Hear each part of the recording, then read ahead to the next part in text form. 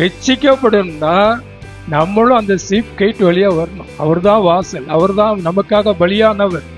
அவர் வழியா வந்து அந்த கல்வாரி சிலுவையில கிண்ட வந்து என் பாவத்துக்காக மனம் கசந்து அழுது மனம் திரும்பி நீர்தான் ஆண்டவர், நான் உமக்காக வாழ்வேன்னு சொல்லி பாவத்திலிருந்து விடுதலையாக்கப்பட்டவனுக்கு தான் கிறிஸ்தவன். அப்பந்தான் கிறிஸ்தவமே ஆரம்பிக்கிறது. அப்புறம் என்ன சொல்றாரு, அப்படி ஏற்றுக்கொள்ளும் போது உனக்கு கிடைக்கிற நன்மை என்ன? அவன் உள்ளும் புறமும் சென்று மேய்ச்சலை கண்டடைவான். அல்லேலூயா. இயேசுவை கண்டடைகிறவன் நல்ல மேய்ச்சலை கண்டடைவான். விசுவாசிக்கிறவங்க ஒரு அல்லேலூயா சொல்லுங்க. அது உள்ளும் இருக்கும் வெளியும் இருக்கும். ஆத்தும வாழ்க்கையிலும் ஒரு பெரிய செழிப்பு, வெளிப்புறமான உலக பிரகாரமான வாழ்க்கையிலும் ஒரு பெரிய செழிப்பை கத்த தருவார். அதுதான் ரட்சிப்பின் அனுபவம். அல்லேலூயா. அதான் முதல்ல ஆட்டு வாசலை கட்டினாங்க. முதல்ல ஆட்டு வாசலை கட்டினாங்க. அது எது? தேவ சித்தத்தின்படி அது நடந்தது. அதனாலதான் நம்முடைய கிறிஸ்தவ வாழ்க்கையும் எங்கதான் வருது? பாவ மன்னிப்புக்கென்று இயேசு கிறிஸ்துவை சொந்த இரட்சகராக ஏற்றுக்கொண்டு அவருடைய இரத்தத்தினாலே கழுவப்படும் போதுதான் கிறிஸ்தவ வாழ்க்கை ஆரம்பிக்கப்படுகிறது. மீன் வாசல். ஏன் மீன் வாசல்னு அவங்க பேர் வச்சாங்கன்னா, கலிலியா கடற்கரை பக்கத்துல இருக்குது. அங்கெல்லாம் மீனை பிடிச்சி சிட்டிக்குள்ள மார்க்கெட் பண்றதுக்கு விற்கிறதுக்கு எங்கதான் எது வழியா தான் வருவாங்களாம்? மீனை கொண்டுட்டு அந்த வாசல் வழியா தான் வருவாங்களாம். அதான் ஃபிஷ் கேட் அப்படின்னு சொல்லப்படுது. அதுதான் மீன் வாசல்னு சொல்லப்படுது. நம்முடைய வாழ்க்கையில, ஒரு கிறிஸ்தவனுடைய வாழ்க்கையில மீன் வாசல் எதுக்கு அடையாளமா இருக்குதுன்னா, ரட்சிக்கப்பட்டவங்கள ஆண்டவர் என்ன செய்தாராம்? எங்க கொண்டு போய் சேர்த்தாரு? ஆமா, சபை ரொம்ப முக்கியங்க, ரொம்ப முக்கியம். எனக்கு தெரியும், நான் வீட்டில் கொஞ்சம் பண்ணுவேன், எனக்கு தெரியும் நான் வீட்டில் எல்லாம் பண்ணுவேன், அங்கே போவேன் இங்கே வருவேன், ஏதோ ஒரு பேருக்கு ஒரு சபைக்கு வரேன். இல்லை, சபை ரொம்ப முக்கியம். சபையில இருந்துதான் உங்களை எப்படி உருவாக்குறாரா ஆண்டவர்? சீசனாய் உருவாக்குறார். கர்த்தருடைய சத்தியத்தை, இன்னைக்கு சத்தியம் அறிஞ்சிட்டு இருக்கிறீங்க, இந்த சத்தியத்தெல்லாம் சொல்லி நீங்க கிறிஸ்துவுக்குள்ள வளர செய்யற ஒரு இடம்னா அது சபை. அல்லேலூயா. அதுக்கு தான் சபைக்கு வரும். இயேசுவை உண்மையா நீங்க ஏற்றுக்கொண்டீங்கன்னா ஆசீர்வாதத்துக்காக எங்க அலைய வேண்டியதில்லை. You are already blessed.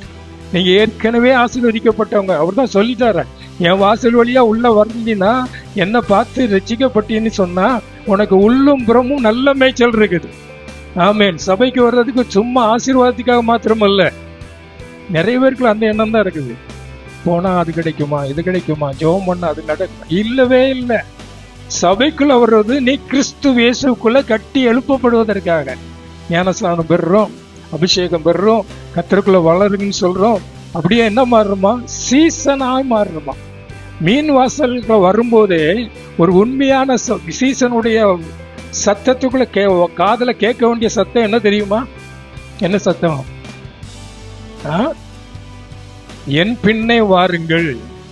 மீன் பிடிக்கிற நீங்க உங்களை என்ன பண்ணுவேன்? மனுஷரை பிடிக்கிறவர்களாய் மாற்றுவேன். அல்லேலூயா. நம்மளை ஆண்டவர் கொண்டு வந்து ஆசீர்வதித்து ஆசீர்வாதமா வச்சிருக்கிறதுக்கு காரணம், சீசனாய் மாற்றி தேவனுடைய ராஜ்யத்துக்காக ஆள் பிடிக்கிற வேலைக்கு தான் கர்த்தர் வச்சிருக்கிறார். ரட்சிக்கப்பட்டேன்னு சொல்ற எல்லாருமே ஆத்தும ஆதாயம் பண்ணுவாங்க. பாவம் மன்னிப்பு நிச்சயத்தை பெற்ற எல்லாருமே ஒரு பெரிய சந்தோஷங்க. அந்த எத்தனை பேர் நீங்க அதை உணர்றீங்களோ, அது பெரிய சந்தோஷம்.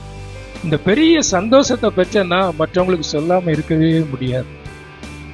நீதிமொழியில சொல்லப்பட்டிருக்கிறது, தானியத்தை கட்டி வைத்திருக்கிறவன் சபிக்கப்பட்டவன், விற்கிறவனோ ஜனங்களை அவங்களை சவிப்பாங்களாம், விற்கிறவனோ ஆசீர்வதிக்கப்படுவான். அல்லேலூயா.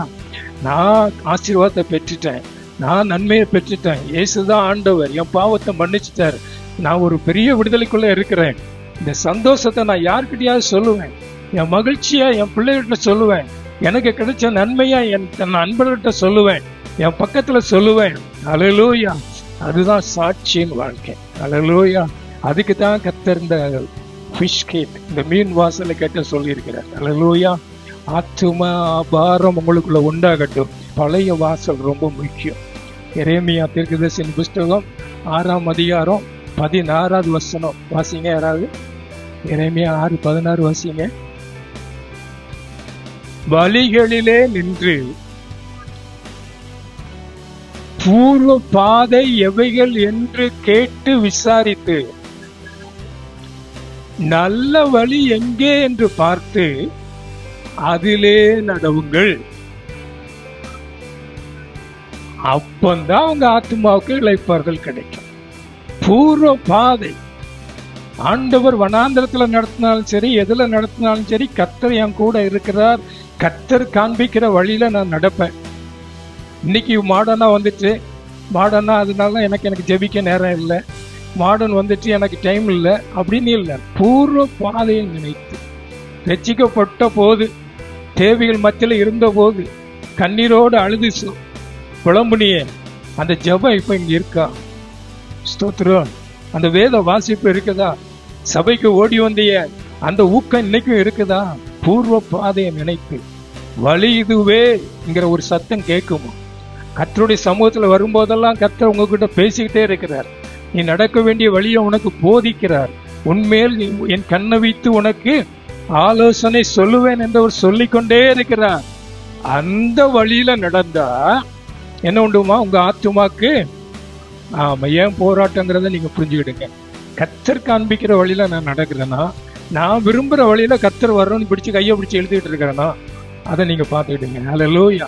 கர்த்தர் காண்பிக்கிற வழியில நடந்தா என்ன நடந்தாலும் ஒரு பெரிய சமாதானம், ஒரு பெரிய சந்தோஷம் உங்களுக்குள்ள உண்டாகும். ஓல்டு கேட் பழசெல்லாம் மறந்து வராங்க. ஓல்டு கேட்ல இருந்து எங்க வராங்க? ரொம்ப தூரம் வந்துட்டாங்க. வேலி கேட், பள்ளத்தாக்கின் அனுபவம். பள்ளத்தாக்கு வாசல்னு சொல்லப்படுது. எத்தனை வசனம்? 3ஆம் அதிகாரம் 13வது வசனம் வாசிங்க. பள்ளத்தாக்கின் வாசல். போதும், எல்லாருமே உயர்ந்த நிலைமையில தான் இருக்கணும் நம்ம. இது பள்ளத்தாக்கு. பள்ளத்தாக்குன்னா என்ன தெரியல? 2 மலைக்கு நடுவுல இருக்கிற இடம். 2 மலைக்கு, அதாவது அந்த பள்ளத்தாக்குல இருந்து அந்த வாசல் வழியா தான் மலை மேல ஏறி அந்த பட்டணத்துக்கு போவாங்க. பள்ளத்தாக்கின் அனுபவம். கிறிஸ்தவ வாழ்க்கைங்கிறது நல்லா கவனிங்க. கிறிஸ்தவர்ல நான் இயேசுகிட்ட சேர்ந்துட்டேன், சபைக்கு வந்துட்டேன், எனக்கு ஒரு பாடம் கிடையாது, ஒரு உபத்திரவம் கிடையாது. யாராவது ஒருத்தர் சொன்னாங்கன்னா அவன் பொய்யன். என் வேதத்துல எந்த இடத்துலயும் அப்படி சொல்லப்படலை. உங்களுக்கு வேதத்தை எடுத்து படிச்சு பார்த்தீங்கன்னா தெரியும். இந்த உலகத்துல நமக்கு பாடுகள் உண்டு, உபத்திரங்கள் உண்டு, ஆனாலும் திடன் கொள்ளுங்கள். ஆமா, மரண பள்ளத்தாக்கு உண்டு, அழுகையின் பள்ளத்தாக்கு உண்டு, கண்ணீரின் பள்ளத்தாக்கு உண்டு, நெருக்கடிகள் உண்டு, ஏமாற்றங்கள் உண்டு, தோல்விகள் உண்டு. ஆனால் துவண்டு விடாதீர்கள். அல்லேலூயா.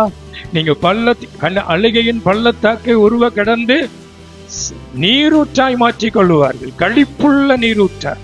அல்லேலூயா. ஒரு இரவில் அழுகைன்னா விடிய காலம் உண்டு, களிப்பு உண்டாகும். அல்லேலூயா. எத்தனை பேர் விசுவாசிக்கிறீங்க? ஒருவேளை நீங்க பாடுகள் மத்தியில போகலாம், குடும்பத்துல சமாதானம் இல்லாம, இல்லைன்னா தொழில சமாதானம் இல்லாம, பிரச்சனையோடு கூட போயிடலாம. இதுதான் உங்களுக்கு முடிவு இல்லை. ஏன் இந்த பள்ளத்தாக்கின் அனுபவம்? ஏசிய தேவன் ஏன் இஸ்ரவேல் ஜனங்களை வனாந்தரத்துல நடத்தினாராம்? வாசிக்க வேண்டாம். உவாகம் 7ஆம் அதிகாரத்துல சொல்லப்பட்டது, உன் உள்ளத்தில் இருப்பதை நீ அறிந்து கொள்ள முடியாது அப்படின்னு சொல்ற. அதுல எல்லாம் நல்லா இருக்குது. அப்போ கொஞ்சம் கொஞ்சம் என்ன வருது? அடுத்த வாரம் போலாம் சபைக்கு, இந்த வாரம் எதுக்கு இல்லையா? கொஞ்சம் ஆண்டவர் இப்ப தேவையா? தேவை இருக்கும்போது பார்த்துக்கலாம். ஆண்டவர் உன்னை நேசிக்கிறார். நேசிக்கிறவனை தான் சிச்சிக்கிறார். நல்லா புரிஞ்சுக்கிடுங்க. நேசிக்காதவனை சிச்சிக்கல. உன்னை நேசிக்கிறார், உன் குடும்பத்தை நேசிக்கிறார், உன்னை சிச்சிக்கிறார். ஏன்? நீ உலக மனுஷனை போதில்லப்பா, நீ எனக்கு விசேஷமானவன், நீ என் பார்வைக்கு அருமையானவன். அல்லேலூயா. ஆமென். அதனாலதான் ஆண்டவர் உன்னை நேசிக்கிறபடினாலதான் அந்த சில உபத்திரங்களை கொடுக்கிறார். ஆமென். ஸ்தோத்திரம். களிமண், அதாவது ஒரு குயவன் மண்ணை எடுக்கும்போது முதல்ல என்ன பண்ணுவான்? காலில் போட்டு மிதிப்பான். அப்படிதானா? மிதிப்பான். சில அனுபவங்கள் நம்மளை மிதிக்கிற மாதிரி இருக்கும். ஆண்டவர் அந்த நேரத்தில் அவன் நினைச்சுக்கணும், கர்த்தர் என்னை உருவாக்குறார், அவருடைய சித்தத்துக்கு பயன்படுகிற ஒரு பாத்திரமாய், அவருக்கு பிரயோஜனமுள்ள ஒரு பாத்திரமாய் என் தேவன் என்னை உருவாக்குறார். அதுதான் பள்ளத்தாக்கின் அனுபவம். ரட்சிக்கப்பட்டுட்டேன், எனக்கு எல்லாமே வந்துட்டு அப்படி இருந்தால் ஒரு நிர்விஸ்வாரமான வாழ்க்கையா மாறி போயிடும். கர்த்தர் ஒவ்வொரு முறையும் நம்மளை சிச்சித்து உருவாக்கி கொண்டே இருக்கிறார். இன்னைக்கு பாடணும் இல்லையா? இந்த சித்தம் என் மேல் இருக்கும். ஆமென். அல்லேலூயா. ஒவ்வொருவருக்கும் ஒரு சித்தம் இருக்குது. அதை பரிபூர்ணமா நிறைவேற்றி நம்ம அர்ப்பணிக்கும் போது கர்த்தர் நடத்துகிறவராக இருக்கிறார். இந்த குப்பை மேட்டு வாசல் வழியா தான் அந்த எருசலேமில் இருக்கிற அந்த குப்பைகளெல்லாம் எடுத்து கொண்டு போய் வெளியே கொட்டுவாங்க. இந்த சமயத்தில் பார்த்தேன், இந்த காணும் பொங்கல்னு ஒன்று வந்துச்சேன். அப்போ பீச்சில் எத்தனையோ ஆயிரக்கணக்கான டன், ஆயிரக்கணக்கான 1000 கிலோ அப்படி குப்பையில் அழுந்தாங்களாம். அதனால பசுமை தீர்ப்பாயம் முடிவு பண்ணலாமான்னு யோசிச்சுட்டு இருக்காங்க. அடுத்த வருஷம் காணும் பொங்கலுக்கு யாருமே என்ன பண்ணக்கூடாது, ஆமாம், ஏன்னா குப்பையை கூட்டிகிட்டு போயிடுறாங்க. குப்பை இருந்தாலே நாத்தம் வந்துடும், குப்பை இருந்தாலே நாத்தம் வந்துடும் இல்லையா? குப்பை இருந்தாலே நாத்தம் வந்துடும். ஸ்தோத்திரம். அப்போ டெய்லி அதை சுத்தம் பண்ணணும், டெய்லி சுத்தம் பண்ணணும். நம்மளும் இந்த உலகத்துல தான் இருக்கிறோம். இந்த உலகம் எப்படி இருந்தது? புல்லாங்கனுக்குள்ள கிடக்குது. நம்மளை நெருக்கி என்ன இருக்குதான்? பாவம் இருக்குது. நம்ம பரிசுத்தமாக தான் வாழ நினைக்கிறோம், ஆனால் பரிசுத்தமாக வாழ முடியல. நம்மளை நெருக்கி நெருக்கி நெருக்கி வருது. அதனால என்ன பண்ணணுமா? நம்முடைய பாவங்களை அனுதினமும் கர்த்தருடைய சமூகத்தில் அறிக்கையிட்டு பரிசுத்தமாக வாழணும். அல்லேலூயா. உங்களை யாராவது ஏன்ட்டெல்லாம் அப்படியெல்லாம் இல்லை பாஸ்டர், நான் ரொம்ப பரிசுத்தமாக, நான் சரியாக தான் இருக்கிறேன், அவங்கள மாதிரி இல்லை இவங்க மாதிரி நினச்சிட்டு இருந்தீங்கன்னா, யோவான் 1:5 சொல்லப்பட்டிருக்கிறது, நமக்கு பாவம் இல்லை என்று நாம் சொல்வோமே, ஆனால் நம்மை நாமே வஞ்சிக்கிறோம். நீங்க ஒன்னே ஏமாத்திக்கிட்டு இருக்கிற அப்படின்னு அர்த்தம். ஒன்னே ஏமாத்திக்கிட்டு, எனக்கு பாவம் இல்லை, நான் ரொம்ப பரிசுத்தம். நம்ம பரிசுத்தத்தை நேக்கி தான் கடந்து செல்றோம், என்னை சேர்த்து தான் சொல்றேன். அதனால நம்மை நாமே வஞ்சிக்கிறவங்களா இருக்கக்கூடாது. குப்பை என்ன பண்ணக்கூடாதான்? சேரக்கூடாது. உண்மை உள்ள கிறிஸ்தவன் பரிசுத்தமா வாழணும், உலகத்தில இருந்து வேறு பிரிக்கப்பட்டவனா வாழணும். பரிசுத்தத்துக்கென்று கர்த்தர் நம்ம அழைத்திருக்கிறார், ஏன்னா அவர் பரிசுத்தர். ஊரணி வாழ்க்கை, ஃபவுண்டன் கேட் அப்படின்னு சொல்லப்படுது. நீரூற்றுள்ள ஒரு கேட், நீரூற்றுள்ள ஒரு கேட். அந்த பக்கத்துல தான் நல்ல நீரூற்றுகள்லாம் நிறைய இருக்கும். அந்த வழியா தான் தண்ணீர்லாம் நிறைய உள்ள வரும். நீர் ஊற்றுள்ள ஒரு கேட். என்னிடத்தில் விசுவாசமா இருக்கிறவன் எவனோ அவனிடத்திலிருந்து ஜீவ நதியில் உள்ள நீரூற்று புறப்படும், உள்ளது பொங்கிக்கிட்டே இருக்குமா. இது பரிசுத்த ஆவியானுடைய அபிஷேகத்துக்கு அடையாளமா இருக்குது. நல்ல கரம் வைத்து அல்லேலூயா சொல்லுங்க. நீங்க ரட்சிக்கப்பட்டிருக்கலாம், பரிசுத்தமா வாழ நினைக்கலாம், ஆனா பரிசுத்த ஆவியானுடைய உதவி இல்லாம யாருமே பரிசுத்தமா வாழ முடியாது. ஏன்னா அதுக்கு தான் இயேசு சிலுவையில ரத்தம் சிந்தி மரித்து ரட்சிப்பை சம்பாதிச்சுட்டு பரலோகத்துக்கு போறதுக்கு முன்னால சீசர்களை பார்த்து என்ன சொல்றாரு? நான் போய் வேறொரு தேற்றரவாளனை அனுப்புவேன், அவர் தான் உங்களை போதித்து நடத்துவார், அவர் தான் நீங்க தேவனுடைய பிள்ளைன்னு சொல்லுவார், அவர் தான் நீங்க பாவத்தில இருந்து மேற்கொள்வதற்கு வல்லமை தருவார். அதனாலதான் இயேசு சொன்னார், பரிசுத்த ஆவியானவர் உங்களிடத்துல வரும்போது நீங்க என்ன பண்ணுவீங்க? பலன் அடைவீங்க, பலன் அடைவீங்க. கிறிஸ்தவ வாழ்க்கையில ஏன் அழிஞ்சு போறோம்? ஏன் ஆண்டவரோட்டுக்கு போறாங்க? இதுதான் உலகத்தில் உள்ள இழுக்கிறதுக்கு ஏத்து நிக்கிறதுக்கு எனக்கு பலன் இல்லை. அதுக்கு பரிசுத்த ஆவியானவர் தேவை. இந்த தண்ணீர் வாசல் எதுக்கு அடையாளமா இருக்குன்னா, கர்த்தருடைய வார்த்தைக்கு அடையாளமா இருக்கு. ஒருவன் ஜலத்தினாலும் ஒருவன் ஆவியினாலும் ஜலத்தினாலும் பிரபாவிட்டால் தேவனுடைய ராஜ்யத்தை காண மாட்டான். இதுல தேவனுடைய ஜலம் சொல்லப்படுது தேவனுடைய வார்த்தை. இந்த வார்த்தை தான் உங்களை உயிர்ப்பிக்கும். இந்த வார்த்தை தான் உங்களை கர்த்தருடைய வழியில நடத்தும். என் பாதைக்கு எப்படி இருக்குதா? அது வெளிச்சமா இருக்குது. அல்லேலூயா. அதுதான் தேவனுடைய வார்த்தை ரொம்ப ரொம்ப ரொம்ப முக்கியம். உங்களுடைய உபதேசத்தினால சுத்தமாக்கும்னு சொல்லி யோவான் 15:3 சொல்றார், 17:17 சொல்றார். உடைய சத்தியத்தினாலே அவர்களை பரிசுத்தமாக்கும். சத்தியத்தை அறிவீர்கள், சத்தியம் உங்களை விடுதலையாக்கும். சத்தியங்கிறது தேவனுடைய வார்த்தைகள். அல்லேலூயா. இந்த வார்த்தை, பரிசுத்த ஆவியானவர், இதெல்லாம் இல்லாம ஏதோ நான் வாரேன் ஏதோ போறேன் அப்படிங்கிறது ஒரு கிறிஸ்தவ வாழ்க்கை இல்லை. குதிரை வாசல், குதிரை வாசல். குதிரை எல்லாம் எதுக்கு பயன்படுத்துவாங்க? போருக்கு, யுத்தத்துக்கு பயன்படுத்துவாங்க. நீங்களும் நானும் கிறிஸ்துவின் சேனையில யாரா இருக்கிறோமா? கேட்க பயமா இருக்கு பாஸ்டர். எனக்கு போர் வீரர்கள். நல்ல அல்லேலூயா சொல்லுங்க. பக்கத்துல உள்ள வாலிப தம்பி கையை பிடிச்சி எந்த ஒரு தம்பியை பார்த்து சொல்லு, you R A soldier in Jesus army. சொல்லுங்க, கிறிஸ்துவின் சேனையில நீங்க ஒரு போர் வீரர். அல்லேலூயா. இந்த உலகத்துல நமக்கு போராட்டம் உண்டு. ஏன்னா நம்ம தேவனுடைய ராஜ்யத்துக்குரியவங்க, நம்ம இந்த ராஜ்யத்துக்குரியவங்க இல்லை. இந்த ராஜ்யத்துக்குரியவங்க யார் தான்? பிசாசு, இப்பிரபஞ்சத்தின் அதிபதி. ஆமென். அதனால நமக்கு ஒரு போராட்டம் உண்டு.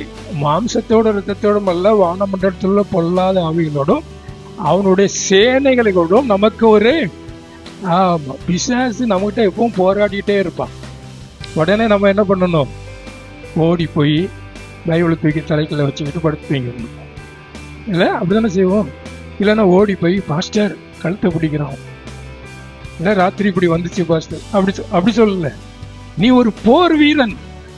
தேவனுக்கு பயந்திருங்கள், பிசாசுக்கு எய்த்து நில்லுங்கள், அப்பொழுது அவன் உங்களை விட்டு ஓடி போவான். அங்க ஒரு சர்வாயுத இது சொல்லப்படுகிறது. ஆயுதங்கள், நீங்க தரித்து கொள்ள வேண்டிய ஆயுதம் ஒரு பெரிய பட்டயம் இருக்குது. அதுக்குரியவங்களா வாழ்ந்தீங்கன்னா போராட்டத்துல நீங்க ஜெயிப்பீங்க. ஹல்லேலூயா. நமக்கு போராட்டத்துல பிசாசுக்கு மேல எப்பவும் அதிகாரம் உண்டு. ஏன் தெரியுமா? இயேசு பிசாசு ஜெயித்தார். நம்ம அவருடைய சேனையில இருக்கிறோம். எனக்கு கேப்டன் ஜீசஸ் அவருடைய யுத்த வீரன் தான். நான் தோத்து போக அவர் விட மாட்டார்.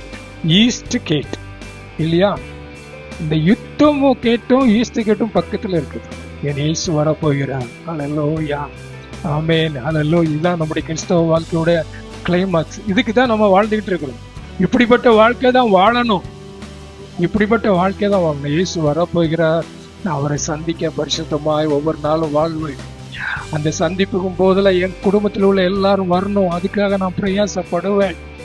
ஆமென், ஹல்லேலூயா. அதுக்காக தான் நான் மனுஷனை பிடிக்கிறவனா இருக்கிறேன். ஹல்லேலூயா.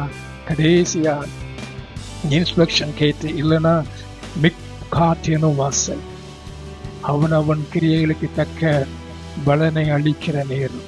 ஹல்லேலூயா.